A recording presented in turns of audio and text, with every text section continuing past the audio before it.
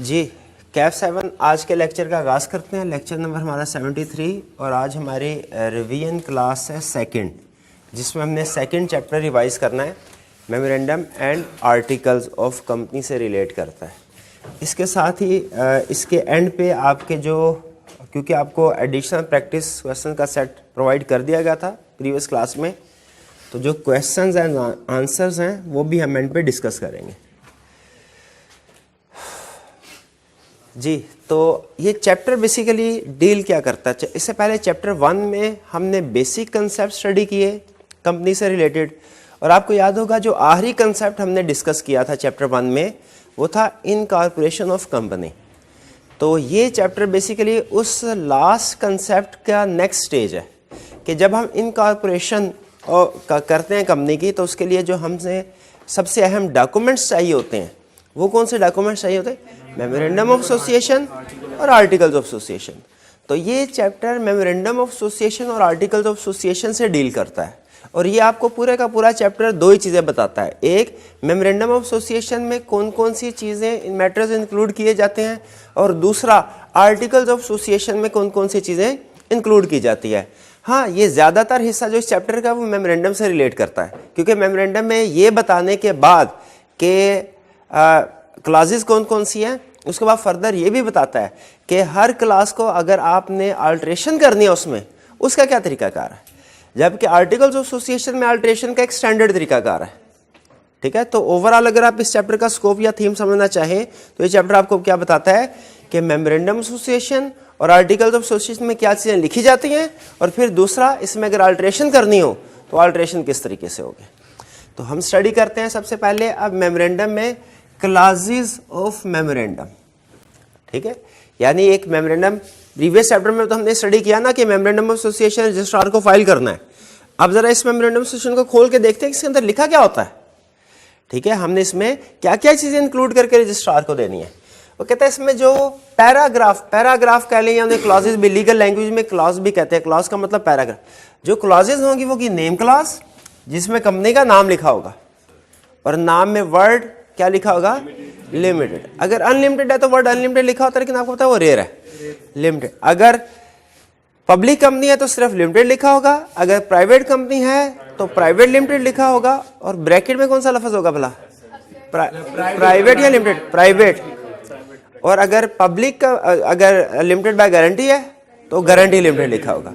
हाँ, अगर private company में सिंगल मेंबर कंपनी है तो एसएमसी प्राइवेट लिखा होगा। शाबाश। फिर उसके बाद रजिस्टर्ड ऑफिस क्लास, जिसमें क्या लिखा होगा? प्रोविंस का नाम लिखा होगा। और अगर रजिस्टर्ड ऑफिस किसी ऐसी जगह पे है जो पाकिस्तान का प्रोविंस, पाकिस्तान का हिस्सा तो है लेकिन किसी प्रोविंस का हिस्सा नहीं है, तो फिर उस सिटी का नाम, उस प्लेस का नाम लिखा जाएगा, जैसे इस्लामाबाद। जी, और फिर इसके बाद principal line of business clause, जिसमें कंपनी का प्रिंसिपल लाइन ऑफ बिजनेस। देखिए, एक कंपनी जो है ना वो डिफरेंट टाइप्स ऑफ बिजनेस, एक से ज्यादा बिजनेस भी कर सकते हैं। ठीक है, लेकिन जो उसका सबसे मेजर बिजनेस है मेमोरेंडम में वो लिखा जाएगा, प्रिंसिपल लाइन ऑफ बिजनेस सबसे बड़ा। और कैसे पता चलेगा कौन सा बिजनेस सबसे बड़ा है? लॉ ने इसके लिए रूल बताया है, क्या? जिसमें सब्सटेंशियल रेवेन्यू और assets whichever is higher. ठीक है, रेवेन्यू और assets whichever is higher. Substantial यानी जिस लाइन ऑफ बिजनेस में सबसे ज्यादा रेवेन्यू है और जिसमें सबसे ज्यादा एसेट्स हैं वो हमारा लाइन ऑफ बिजनेस होगा। और अगर दोनों क्राइटेरिया में डिफरेंट लाइन ऑफ बिजनेस आते हैं तो दोनों में से विच एवर इज हायर का रूल अप्लाई करेंगे। यह है प्रिंसिपल लाइन ऑफ बिजनेस। फिर इसके बाद liability class. Liability class depend करती है टाइप ऑफ कंपनी पे, इसमें मेंबर्स की लायबिलिटी लिखी जाती है। अगर कंपनी लिमिटेड बाय शेयर है तो क्या लिखा जाएगा? Liability limited have to unpaid amount of shares held. अगर लिमिटेड बाय गारंटी कंपनी है तो लिखा जाएगा जो अमाउंट एग्री की है मेंबर्स ने to contribute in the event of winding. और अगर अनलिमिटेड कंपनी है तो लिखा जाएगा मेंबर्स की लायबिलिटी अनलिमिटेड है। फिर ऑथोराइज्ड शेयर कैपिटल क्लास, जिसमें कंपनी का ऑथोराइज्ड शेयर कैपिटल लिखा जाएगा, इशूड शेयर कैपिटल नहीं, ऑथोराइज्ड शेयर कैपिटल। ठीक है, जो कि आपको पता है वो स्टैंडर्ड किस तरीके से लिखा जाता है? 1 million shares of ₹10 each is equal to 10 million authorised share capital. और फिर अंडरटेकिंग और सब्सक्रिप्शन क्लास जिसमें मेंबर्स एग्री करते हैं कि जी वो सारी पाबंदी वगैरह करेंगे जो भी लॉज एंड रेगुलेशन होगी, और अगर कमीशन कोई एडिशनल क्लास इंसर्ट करने को कहता है तो वो भी इंक्लूड की जाएगी। ये अंडरटेकिंग देते हैं। और आपको पता है एसोसिएशन नॉट फॉर प्रॉफिट में वो एडिशनल क्लासेस को इंक्लूड करवाते हैं। तो ये हमारी क्लासेस हैं मेमोरेंडम ऑफ एसोसिएशन की। अच्छा, अब क्या इन क्लासेस, ये तो हमने पढ़ लिया, क्या इनको चेंज भी किया जा सकता है? बिल्कुल चेंज किया जा सकता है, जो हम स्टडी करेंगे इस चैप्टर में। जो उसने चेंज डिस्कस किया है, नेम क्लास का किया है, रजिस्टर्ड ऑफिस का किया है, प्रिंसिपल लाइन ऑफ बिजनेस का किया है।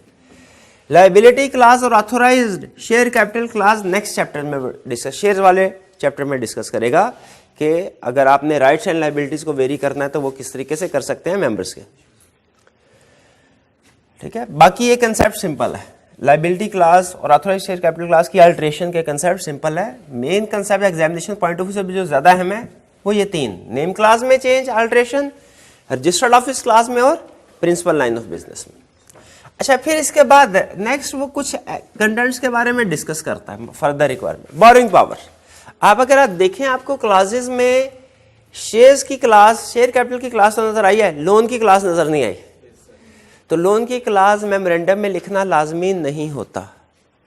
क्या अगर किसी कंपनी के मेमोरेंडम में बोरोइंग पावर नहीं लिखी गई तो क्या वो कंपनी बोरो कर सकती है? मनी कर सकती है। बोरोइंग पावर का मेमोरेंडम में लिखा होना लाजमी नहीं है। ये एज्यूम किया जाता है कि हर कंपनी के पास बोरोइंग पावर है। हाँ, अगर मेंबर्स चाहें तो मैक्सिमम लिमिट जो बोरो की जा सकती है वो डिसाइड कर सकते हैं, लेकिन वो भी आर्टिकल्स में लिखी होगी। ठीक है, तो कंपनी के पास डीम्ड बोरोइंग पावर होती है और वो मेमोरेंडम में अगर उसका जिक्र नहीं भी है फिर भी बैंक से बोरोइंग कर सकते हैं। मेमोरेंडम को साइन करेंगे कौन? सब्सक्राइबर्स।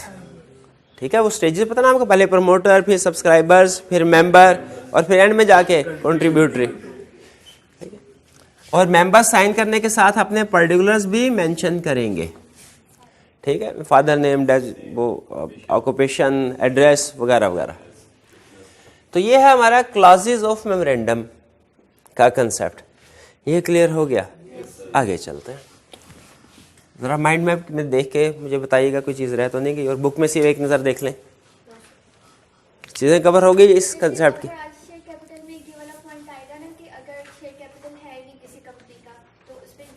हाँ बिल्कुल बिल्कुल, ये पॉइंट भी बिल्कुल सही हाईलाइट किया, मैं डिस्कस नहीं कर सका था, अच्छा किया, शाबाश। कि अगर किसी कंपनी का शेयर कैपिटल नहीं है, कुछ कंपनी ऐसी होती है ना, limited by guarantee not having share capital, तो उस सूरत में फिर ये ऑथोराइज्ड शेयर कैपिटल वाली क्लास नहीं आएगी। बिल्कुल ठीक।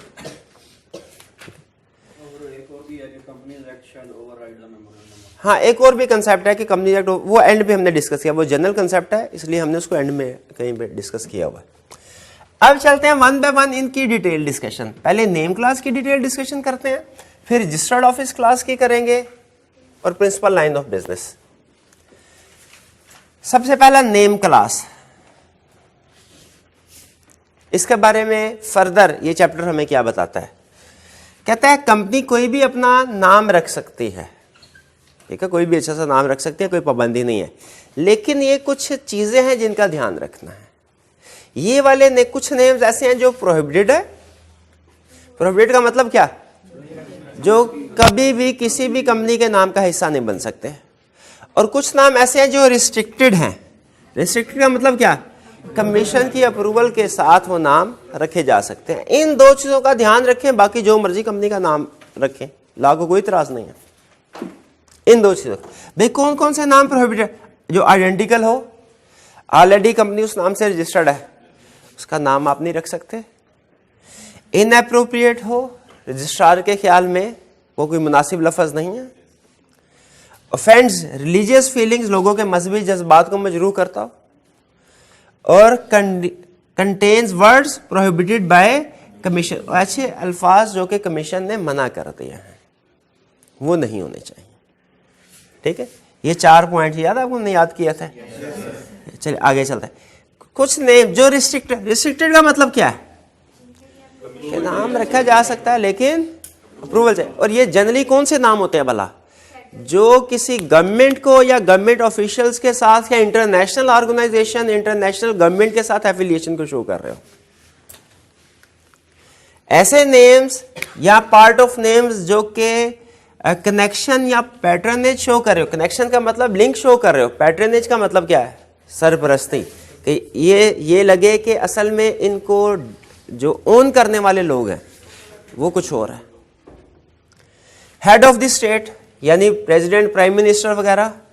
फेडरल गवर्नमेंट, अगर ऐसा लफ्ज का आपके कंपनी के नाम में है जो कि शो करता है कि इस कंपनी का ताल्लुक हेड ऑफ स्टेट से है, या जो शो करे इस कंपनी का ताल्लुक फेडरल गवर्नमेंट या प्रोविंशियल गवर्नमेंट से है, तो ये तो लोगों को धोखा देने के लिए भी इस्तेमाल हो सकता है ना। ऐसा नाम जो कि शो करे कि इस कंपनी का लिंक फॉरेन गवर्नमेंट से है या इंटरनेशनल गवर्नमेंट से, इंटरनेशनल ऑर्गेनाइजेशन से, फॉरेन गवर्नमेंट या इंटरनेशनल ऑर्गेनाइजेशन से, जैसे IMF, वर्ल्ड बैंक, यूनिसेफ वगैरह, वो नाम नहीं रखा जा सकता। मुदारबा मैनेजमेंट, ये आपको पता है वो बिजनेस रिक्वायरिंग लाइसेंस, ये रटे वाले कंसेप्ट थे, और ये भी इसलिए इन्होंने ज़रूरत पड़ी क्योंकि अगर आप कोई ऐसा बिजनेस करना चाहते हैं जिस बिजनेस को करने के लिए लाइसेंस की ज़रूरत है, तो आपको जब लाइसेंस लेने के लिए अप्लाई करेंगे कमीशन के साथ, तो फिर उसका नाम रखने के लिए भी अप्लाई करेंगे, क्योंकि आपको पता है कि जो प्रिंसिपल लाइन ऑफ बिजनेस है और जो नेम है वो उनका मैच होना ज़रूरी है। इसीलिए ये असल में तो उसकी बिजनेस क्लास से रिलेट कर रही है ये चीज़। लाइसेंस लेना तो आपको बिजनेस करने के लिए लाइसेंस ले रहे हैं ना, नेम क्लास में उसकी परमिशन की ज़रूरत क्यों पड़ती है, क्योंकि दोनों को सेम होना होता है इसलिए। तो बहरहाल ये हमारे वो नेम थे जो कि रिस्ट्रिक्टेड हैं, जो कमीशन की अप्रूवल के साथ आप रख सकते हैं वरना नहीं। उसमें मेन कंसेप्ट क्या है, ऐसे सारे नाम जो कि लोकल गवर्नमेंट या उसके किसी इदारे से कनेक्शन शो कर रहे हो, या इंटरनेशनल गवर्नमेंट या किसी इंटरनेशनल इदारे से ताल्लुक शो कर रहे हो, उन नामों को रखने के लिए कमीशन की अप्रूवल की जरूरत है। प्लस मुदारबा मैनेजमेंट कंपनी, ये रटे वाला पॉइंट है, या कोई ऐसा बिजनेस जिसके स्टार्ट करने के लिए लाइसेंस रिक्वायर्ड हो, तो उसका नाम रखने के लिए भी ऐसे बिजनेस का, ऐसी कंपनी का आपको कमीशन की अप्रूवल की जरूरत होगी। चलिए, अब ये नाम तो हमने रख लिया, अब इसके बाद फर्दर क्या इस नाम में अल्टरेशन हो सकती है? बिल्कुल हो सकती है। अच्छा, इसमें दो डिफरेंट कंसेप्ट्स हैं। एक कंसेप्ट तो ये है कि अपनी मर्जी से अल्टरेशन करें, और दूसरा कि नाम गलती से गलत नाम रजिस्टर्ड हो गया था, उसकी करेक्शन करनी है। यानी रेक्टिफिकेशन ऑफ नेम अलग कंसेप्ट है और चेंज इन नेम अलग कंसेप्ट है। ठीक है, रेक्टिफिकेशन को हम कहते हैं ये है change bye registrar. Change bye registrar ये तो कंपनी के ऊपर लाजिम होगा करना। ठीक है, अब ये कंपनी की मर्जी है, अगर उसे अपना नाम पसंद ना आए या अपनी स्ट्रेटजी चेंज करना चाहे, पब्लिक इमेज परसेप्शन चेंज करना चाहे, तो चेंज खुद से भी कंपनी चेंज कर सकती है। बाय रजिस्ट्रार, रजिस्ट्रार कैसे नेम को रेक्टिफाई कर सकता है?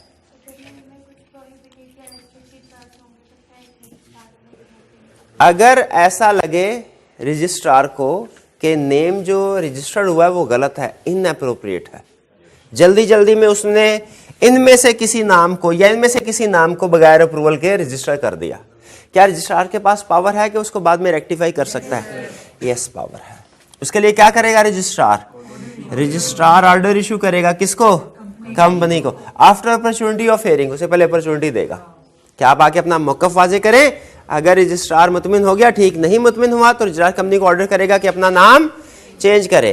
कंपनी को विद इन 30 डेज नाम चेंज करके रजिस्ट्रार को इतला देनी होगी। अगर कंपनी नाम चेंज नहीं करते, रजिस्ट्रार खुद से नाम चेंज करके क्या करता है फिर भला? New certificate of incorporation issue करता है। क्या कंपनी खुद से भी नेम चेंज कर सकते हैं? बिल्कुल, उसे अपना वही रूटीन का प्रोसीजर परफॉर्म करना पड़ेगा जो इनिशियल स्टेज पे उसने अडॉप्ट किया था। क्या कि नेम को रिजर्व किया जाएगा, पहले रजिस्ट्रार के पहले अवेलेबिलिटी देख लेना है भी कि नहीं, फिर उसके बाद स्पेशल रेजोल्यूशन पास की जाएगी नेम चेंज करने के लिए, रजिस्ट्रार को अप्लाई किया जाएगा, रजिस्ट्रार न्यू सर्टिफिकेट इशू करेगा और ओल्ड नेम के साथ न्यू नेम 90 डेज तक लिखना होगा। बिल्कुल, ये है हमारा चेंज ऑफ नेम। और फिर उसके बाद नेम के हवाले से लास्ट क्लास, नेम को पब्लिश करना है, बिल्कुल करना है। कहाँ कहाँ पब्लिश करना है, यानी कंपनी का नाम किस किस जगह पे लाजिम है कि अपीयर हो रहा हो, ताकि लोगों को पता चले कि ये वो प्लेस ऑफ बिजनेस है, ये वो ऑफिस है जहां पे कंपनी एग्जिस्ट करती, काम कर रही है। At every place of business नाम पब्लिश करेंगे। और name and incorporation number Urdu और इंग्लिश में outside registered office and every place of business. ठीक है, अब यानी इन शॉर्ट कंपनी ने अपना जो कंपनी का रजिस्टर्ड ऑफिस है वहां पे भी अपना नाम मेंशन करना है। और इसके अलावा जहां जहां बिजनेस, जैसे कुछ कंपनीज की ब्रांचेस होती है, तो जो जो ब्रांच होगी वहां पे उसे उस नाम को मेंशन करना पड़ेगा। और अपने जो सील है, स्टैंप है, उसके ऊपर भी इंग्लिश और उर्दू में मेंशन करना पड़ेगा। ये इंग्लिश एंड उर्दू है और उर्दू है। अच्छा चलिए जी, इंग्लिश और उर्दू, ठीक है जी, ठीक है जी, इंग्लिश और उर्दू।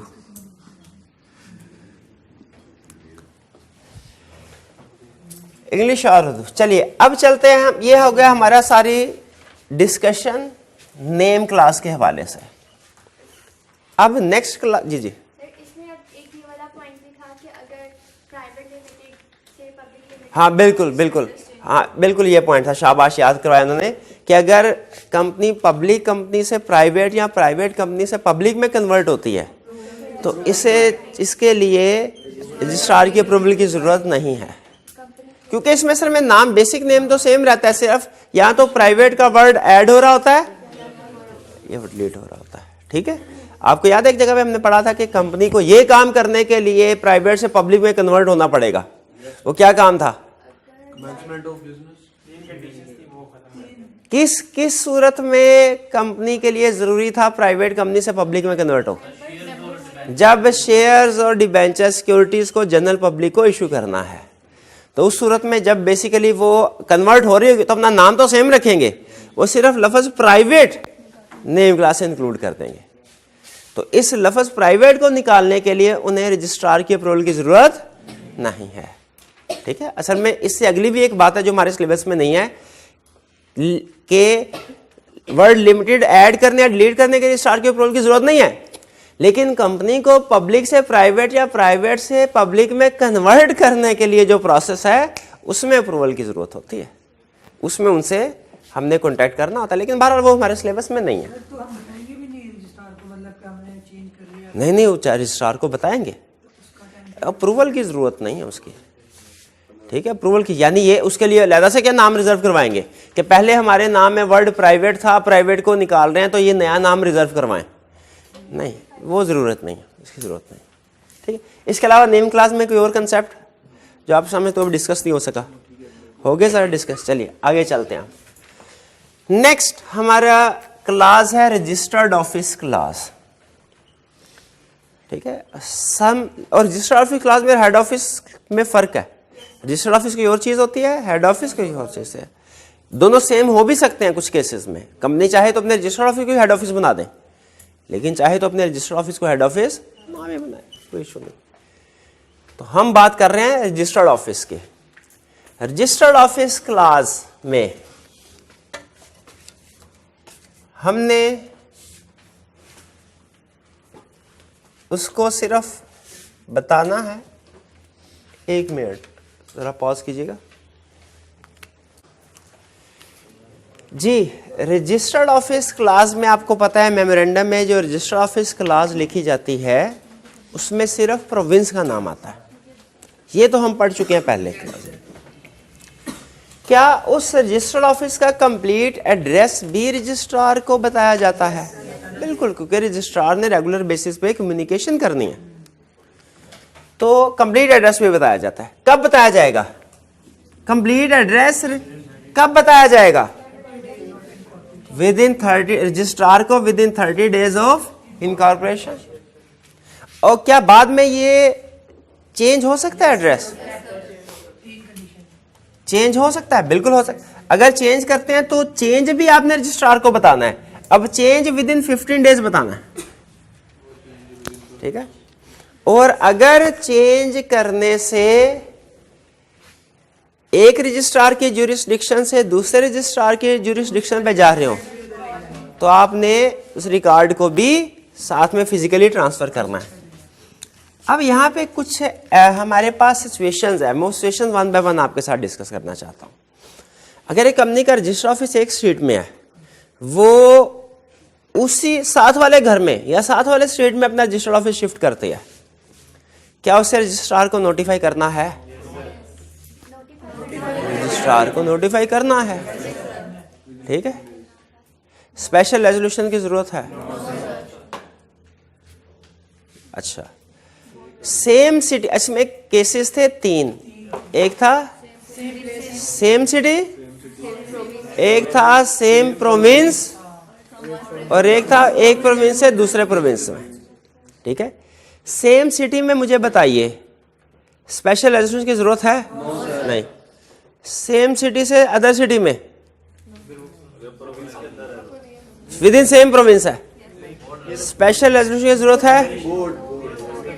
सिटी चेंज करने के लिए फिर भूल गए, एक सिटी से दूसरी सिटी में जाना है, सेम सिटी में, इसमें बोर्ड रेजोल्यूशन भी होगी, स्पेशल रेजोल्यूशन भी होगी।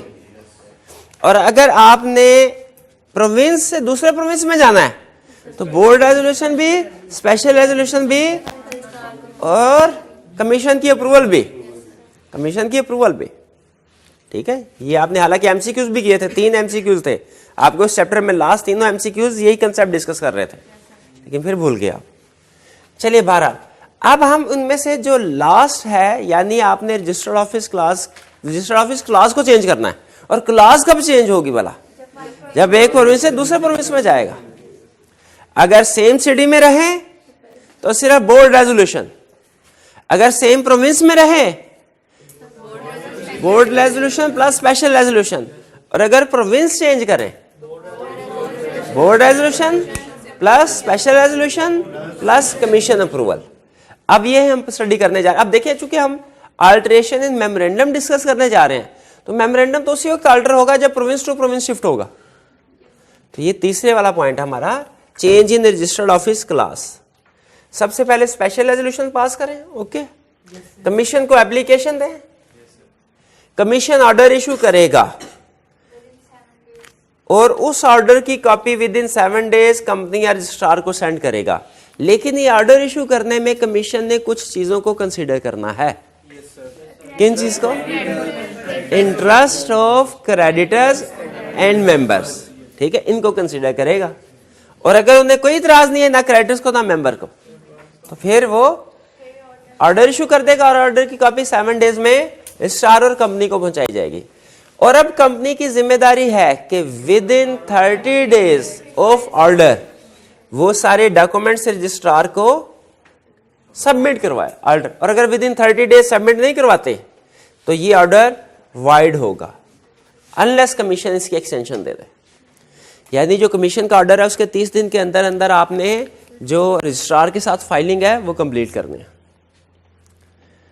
रजिस्ट्रार न्यू सर्टिफिकेट इशू करेगा और फिजिकल रिकॉर्ड भी आपने ट्रांसफर करना है, क्योंकि आपको पता है जब कभी एक रजिस्ट्रार की ज्यूरिसडिक्शन से निकल के दूसरे रजिस्ट्रार की ज्यूरिसडिक्शन में आप जाते हैं तो सारे का सारा फिजिकल रिकॉर्ड भी आप ओल्ड से न्यू को ट्रांसफर करते हैं। और जब कभी प्रोविंस शिफ्ट होगा, ये लाजमी बात है, रजिस्ट्रार भी चेंज होगा।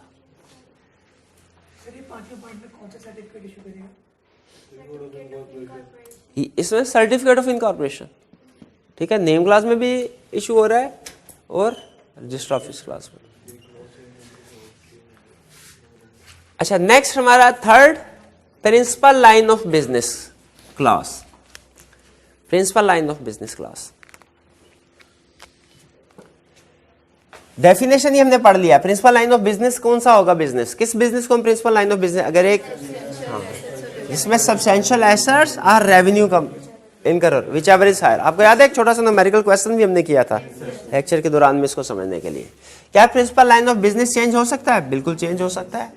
कैसे? स्पेशल रेजोल्यूशन पास करें और अगर जरूरी हो तो नेम भी चेंज करें। स्पेशल रेजोल्यूशन के बाद 30 डेज में रजिस्ट्रार को अल्टरनेट मेमोरेंडम फाइल करना है। रजिस्ट्रार न्यू सर्टिफिकेट इशू करेगा जो कि इस बात का सर्टिफिकेट इशू करेगा एक जो कि इस बात का एविडेंस होगा कि प्रोसीजर सारे कंप्लीट हो चुके हैं। ठीक है। अच्छा, इसमें ज़रूरी नहीं, इसमें भी आप सर्टिफिकेट पूछ रहे थे, इसमें सर्टिफिकेट ऑफ इनकॉर्पोरेशन नहीं है, बल्कि ये इस बात का सर्टिफिकेट है कि आज सारे प्रोसीजर्स कंप्लीट हो चुके हैं। सर्टिफिकेट ऑफ इनकॉर्पोरेशन सिर्फ नेम क्लास चेंज होने में होता है। ठीक है। तो यहाँ पे भी principal line of business change हो रहा है तो रजिस्ट्रार सर्टिफिकेट इशू कर रहा है, लेकिन ये सर्टिफिकेट ऑफ इनकॉर्पोरेशन नहीं है, बल्कि ये इस चीज़ का सर्टिफिकेट है कि आपकी सारी प्रोसीडिंग्स, लीगल प्रोसीडिंग्स कंप्लीट हो गई है और आपको रजिस्ट्रेशन कर दी गई है।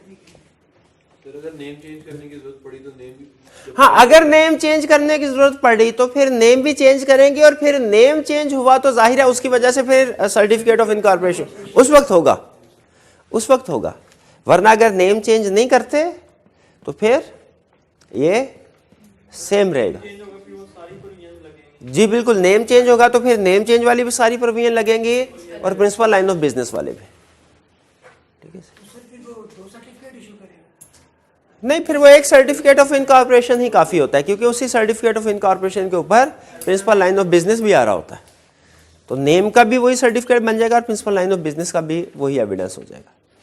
जी सर, जब भी हम रजिस्टर्ड क्लॉज चेंज कर रहे होंगे रजिस्टर्ड ऑफिस में, तो इसमें भी तो मेमोरेंडम चेंज हो रहा होगा ना, तो रजिस्ट्रार को इसमें भी मेमोरेंडम चेंज हो रहा होगा, लेकिन सर्टिफिकेट ऑफ इनकॉर्पोरेशन इशू नहीं करेगा, नहीं वो लाजमी नहीं। मेमोरेंडम चेंज हो ही रहा होता है। हाँ बिल्कुल, मेमोरेंडम चेंज हो रहा है, लेकिन उस मेमोरेंडम को हम फाइल कर रहे हैं ना, कंपनी वाले फाइल कर रहे हैं उसको।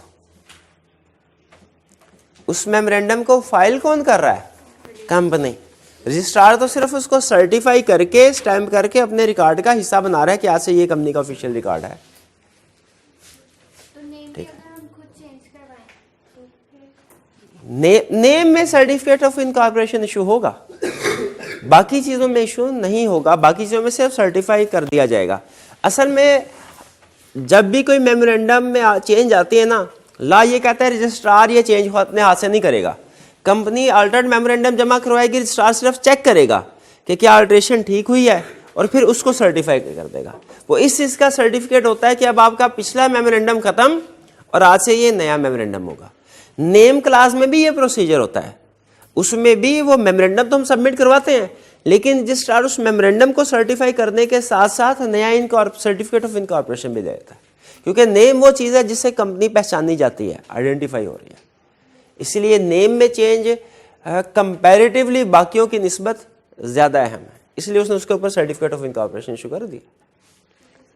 ठीक है। सर्टिफिकेट ऑफ इनकॉर्पोरेशन के ऊपर ये ऑफिस जैसे बाज़-औक़ात ऐसा होता है कि आपने अब मुझे पता नहीं एग्जैक्टली करंटली सिस्टम क्या है, शनाख्ती कार्ड उसके ऊपर आपका नाम भी होता है और उसके ऊपर आपका एड्रेस भी होता है। ठीक है, लेकिन एड्रेस इतना क्रिटिकल नहीं है, वो अगर आपका आर्जी एड्रेस चेंज होता है तो उसके लिए शनाख्ती कार्ड को चेंज करवाने की जरूरत नहीं होती, लेकिन अगर कोई नाम चेंज करवाए तो फिर उस सूरत में तो कंपनी का नाम चेंज करवाना है आपने, सर्टिफिकेट ऑफ इनकॉर्पोरेशन आपको चेंज करना पड़ेगा, इसीलिए लाने में। लेकिन अगर प्रिंसिपल लाइन ऑफ बिजनेस या दूसरी चेंजेस हैं, उस सूरत में उसकी अल्ट्रेशन की जरूरत नहीं है। चलिए, अच्छा, मेमोरेंडम के हवाले से एक दफ़ा मुझे चेक करके बताइए कोई कंसेप्ट डिस्कस होने से रह तो नहीं गया?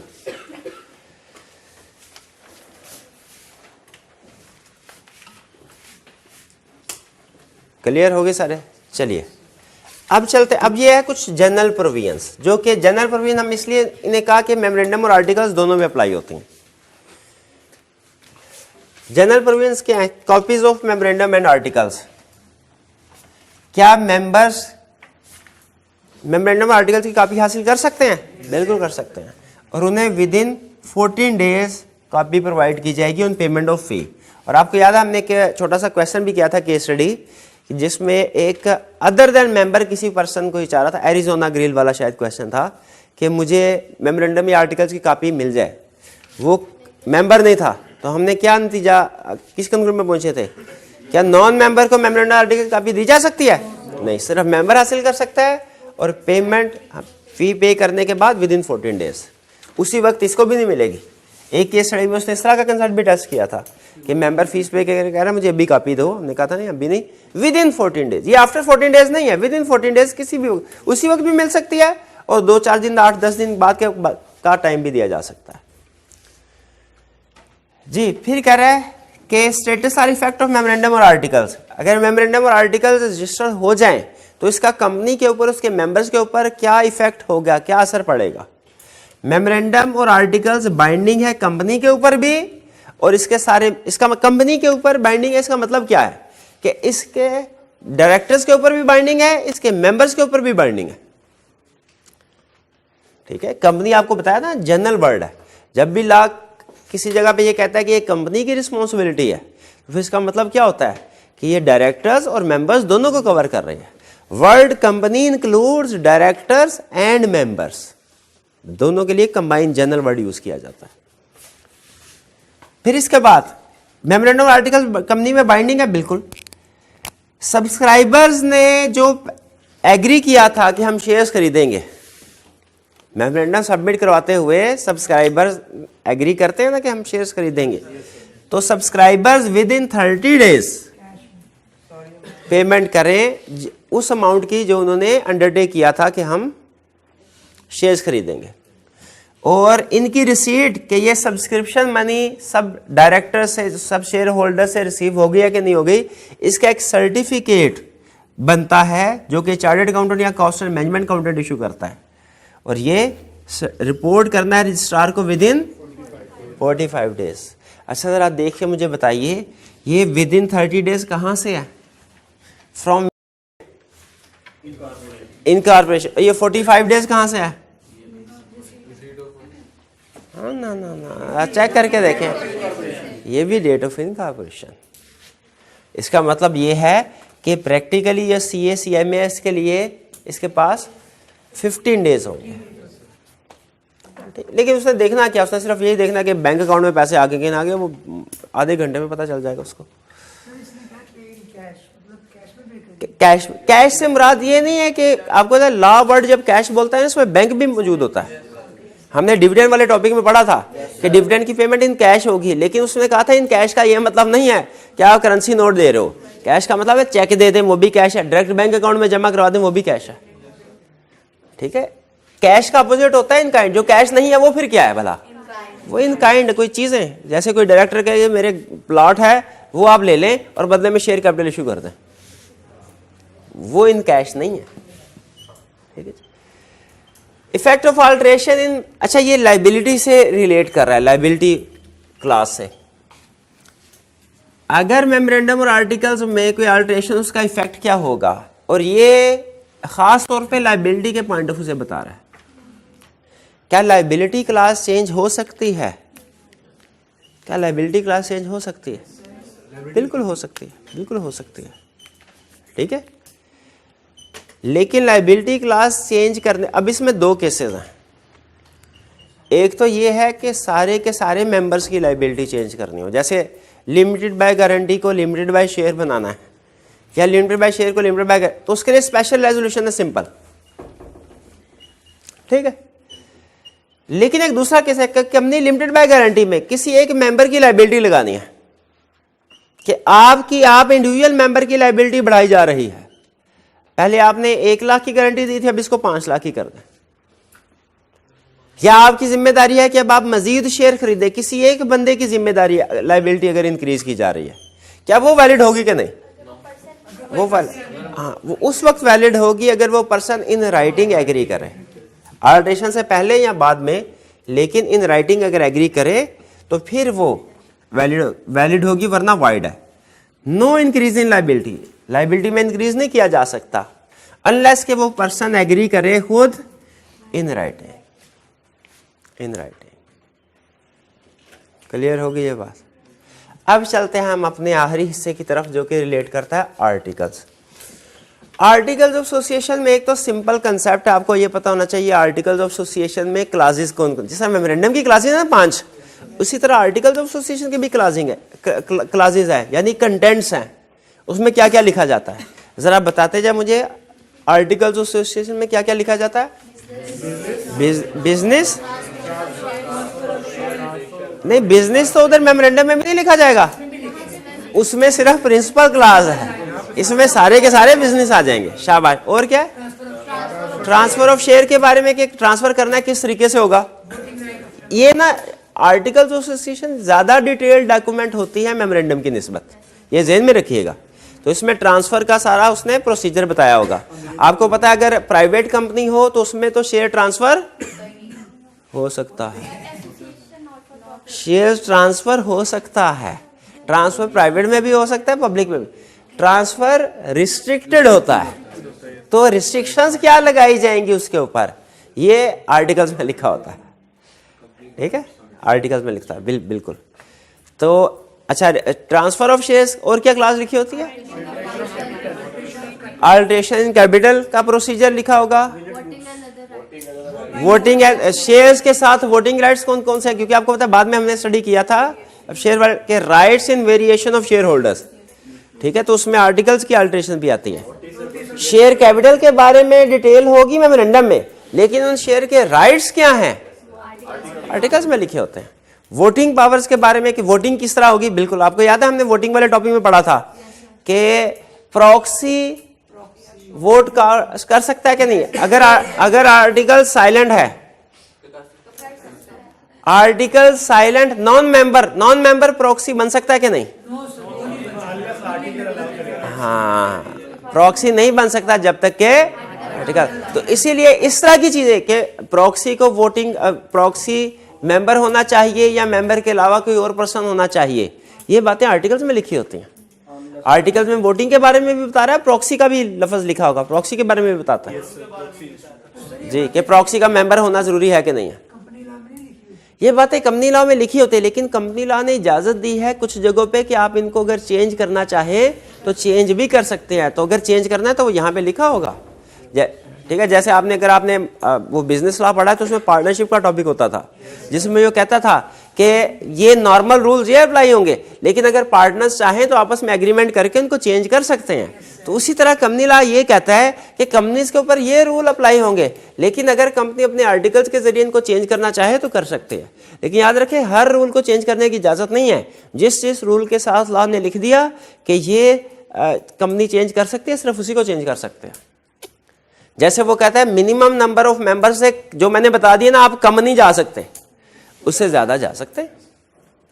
ठीक है, तो कुछ जगहों पे उन्होंने अलाउ किया है रिलैक्सेशन, चेंज करना, अल्टरेशन करना, कुछ जगहों पे अलाउ नहीं किया हुआ। और क्या है कंटेंट्स में? शेयर्स एंड अदर सिक्योरिटीज के वो कितनी टाइप्स के होंगे वगैरह, डिटेल्स। अकाउंट्स वगैरह के, अकाउंट से मुराद यहाँ पे बैंक अकाउंट्स नहीं बल्कि कंपनी के जो फाइनेंशियल स्टेटमेंट्स है वो है। डिस्क्वालिफिकेशन एडिशनल हमने पढ़ा था डायरेक्टर की डिस्क्वालिफिकेशन में कि एडिशनल ग्राउंड्स पे भी डायरेक्टर डिस्क्वालीफाई हो सकता है अगर आर्टिकल्स में लिखा हो।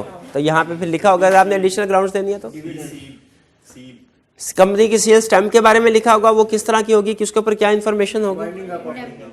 वाइंडिंग अप के बारे में जो रेगुलेशंस हैं कि वॉलंटरी वाइंडिंग, वो स्टडी क्या किया था हमने कि नहीं वाइंडिंग अप में कि स्पेसिफिक टाइम या पर्पस अगर लिखा होगा तो वो वॉलंटरी वाइंडिंग अप कंपनी हो जाएगी।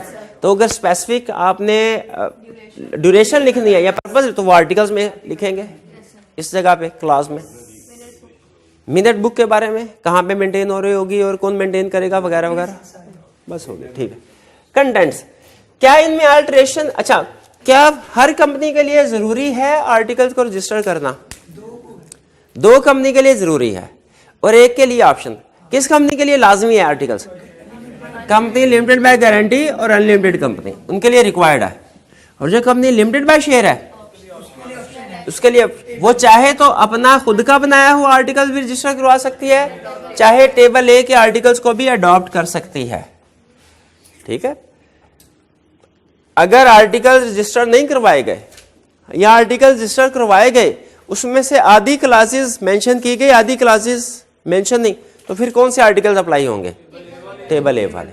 और टेबल ए वाले आर्टिकल्स कंपनी लॉ के मुताबिक ही बने गए हैं। ठीक है, तो ये हमारा कंसेप्ट है कि किन केसेस में कंपनी के लिए आर्टिकल सबमिट कराना, रजिस्टर कराना रिक्वायर्ड है और किन केसेस में रिक्वायर्ड नहीं है। अल्टरेशन हो सकती है आर्टिकल्स में, कैसे?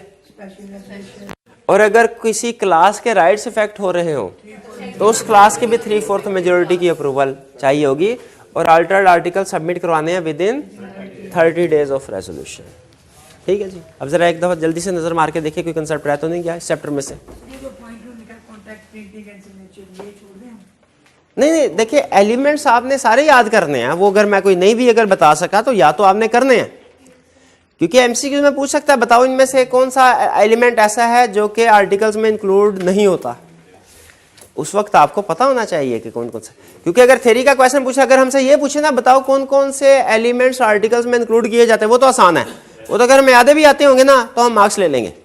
लेकिन वो भी चालाक है, वो 1 नंबर के साथ एमसीक्यू बनाता है और ऐसे एलिमेंट्स इंक्लूड कर देता है जो कि थोड़े मुश्किल वाले होते हैं। तो इसलिए कंप्लीट कोशिश ये करनी है आपने कि कंप्लीट लिस्ट याद करें। जो है कंपनी के लिए कौन सा फॉर्म टेबल रिक्वायर है, ये भी एमसीक्यूज के तौर पर? हाँ, ये उससे एमसीक्यूज के अलावा भी टेस्ट किया हुआ है कि किन किन कंपनीज के लिए आर्टिकल्स को सबमिट करवाना रिक्वायर्ड है। इसका उसने क्वेश्चन भी, रिप्रोडक्शन का क्वेश्चन भी टेस्ट किया हुआ है। और सब्सक्राइबर्स पे मनी वाले में एक पॉइंट ये भी था कि अगर वो पे नहीं करते तो फिर हाँ, सब्सक्राइबर वाले एक पॉइंट ये भी था कि अगर वो विद इन 30 डेज पे नहीं करते तो उनकी मेंबरशिप कैंसिल, वो मेंबर नहीं रहेंगे। बिल्कुल ठीक, ये पॉइंट भी था। और चलिए, ये थी हमारी क्विक सी रिवीजन इस चैप्टर 2 की। अब नेक्स्ट हमारी क्लास जो होगी वो होगी 2 दिन के बाद, मंडे को, ठीक है। और उसमें हमारा चैप्टर 3 होगा। चैप्टर 3 के जो एडिशनल क्वेश्चंस हैं वो आपको शेयर कर दिए गए हैं ना, वो नहीं कॉपी हो रहे हैं? चले अभी थोड़ी देर में वो आपको मिल जाते हैं। चैप्टर 2 में से आपने क्वेश्चंस पढ़े, उसमें कोई चीज़ पूछना चाहते हो तो पूछ लें। जो आपने नोट किए थे इसमें एमसीक्यूज है ना, इसका लेके भाई एक सेट है मेरे लिए चैप्टर 2 का क्वेश्चंस वाला। इसमें एक पॉइंट ये तो हमने पढ़ा था कि कंपनी एक्ट ओवरराइड करेगा, जी जी बिल्कुल। लेकिन मेमोरेंडम आर्टिकल्स को ओवरराइड करेगा, इसका क्या मतलब है? अच्छा, हमने पढ़ा था कंपनीज एक्ट ओवरराइड करेगा मेमोरेंडम को, यानी अगर दोनों में कंफ्लिक्ट आया तो कंपनीज एक्ट की बात को माना जाएगा। अगर मेमोरेंडम और आर्टिकल्स में कंफ्लिक्ट आता है तो मेमोरेंडम प्रीवेल करेगा। इसका मतलब क्या है कि मेमोरेंडम वाली बात को माना जाएगा। तो दोनों में क्या सेम बातें नहीं होंगी? दोनों में सेम बातें होनी चाहिए, बिल्कुल ऐसे जैसे मेमोरेंडम और आर्टिकल्स में भी वही बातें होनी चाहिए जो कंपनीज एक्ट के खिलाफ ना जा रही हो, अगेंस्ट ना जा रही हो। ठीक है, अगर बात उनके, देखें एक चीज है डिफरेंट होना, एक चीज होता है कंफ्लिक्ट होना, दोनों में फर्क है। जब हम कहते हैं ना मेमोरेंडम और आर्टिकल्स में कंफ्लिक्ट नहीं होना चाहिए, इसका यह मतलब नहीं है दोनों सेम होने चाहिए। नहीं, मेमोरेंडम में कोई और इन्फॉर्मेशन है, आर्टिकल्स में कोई और इन्फॉर्मेशन। मेमोरेंडम में सिर्फ एक लाइन लिखी होगी, आर्टिकल्स में वो मजीद फर्दर उसके तो एडिशनल चीजें आर्टिकल्स में हो सकती हैं, लेकिन उन्हें मेमोरेंडम के अगेंस्ट नहीं होना चाहिए। ये ना मेमोरेंडम कह रहा हो कि सिर्फ एक क्लास होगी, मेमोरेंडम में सिर्फ एक क्लास रजिस्टर करवाइए, और जो राइट्स जो है वो आपने बहुत सी क्लासेस के दे दिए। ठीक है, कंफ्लिक्ट नहीं। अगर मेमोरेंडम में 2 राइट्स हैं, 2 क्लासेस आपने रजिस्टर करवाई हैं, तो आर्टिकल्स में भी दोनों के राइट्स डिस्कस होने चाहिए, कंफ्लिक्ट नहीं होना चाहिए। ठीक है, अगर कंफ्लिक्ट होगा तो फिर मेमोरेंडम को समझा जाएगा, प्रेफर किया जाएगा। सर ये कुछ एमसीक्यूज हैं, देखिए एमसीक्यूज नंबर 12। कुछ एमसीक्यूज हैं, एमसीक्यू नंबर 12, इसमें क्या प्रॉब्लम है? सर ये इसमें 3 मंथ लिखना है 90 डेज, हाँ जी 3 मंथ लिखना है। लेकिन आपने जो कहा था कि जहाँ डेज हो वहाँ मतलब नहीं मंथ तो उसने ऑप्शन में ही दी, मैंने यही कहा था कि डेज को डेज में ही करना है, मंथ में नहीं करना, लेकिन अब उसने ऑप्शन ही नहीं दी। अगर 3 मंथ्स और 90 डेज 2 ऑप्शन होती ना तो मैं 90 डेज सेलेक्ट करता, लेकिन अब उसने ऑप्शन दी नहीं तो क्या कर, उसे ये थोड़ी कह सकते हैं तुम्हारा क्वेश्चन ही गलत है, हमने कोई ऑप्शन भी नहीं सिलेक्ट करनी, मोस्ट अप्रोप्रिएट ऑप्शन सेलेक्ट करनी होती है। तो इसमें से जो मोस्ट अप्रोप्रिएट है, 100% करेक्ट नहीं है, लेकिन चलो मोस्ट अप्रोप्रिएट तो है ना। और कोई क्वेश्चन? एमसीक्यूज जो 15 एमसीक्यू नंबर 15, इसमें क्या आंसर क्या है? पास है return ordinary resolution 50% plus, 50% plus, 50% से ऊपर सिंपल मेजोरिटी है ना, वो 75% प्लस तो स्पेशल रेजोल्यूशन के लिए हो गया, रहने दे, छोड़ दे। और की क्वेश्चन? ठीक है, हाँ वोटिंग राइट्स की डेफिनेशन लिखी हुई है, नहीं पढ़ी ना आपने? हाँ लिखी हुई चैप्टर 5 में। और कोई क्वेश्चन? नहीं क्वेश्चन ये क्लियर कर लिया आप? अच्छा, ये अब आपके पास 2 दिन आज चले, अच्छा हो गया, चैप्टर 3 भी बड़ा है, इसमें क्वेश्चन ज्यादा हैं। आपको रिवीजन करने के लिए भी टाइम मिल जाएगा। तो नेक्स्ट हमारी मंडे को क्लास होगी। आज का लेक्चर यहाँ पे ख़त्म करते हैं। अल्लाह हाफिज़।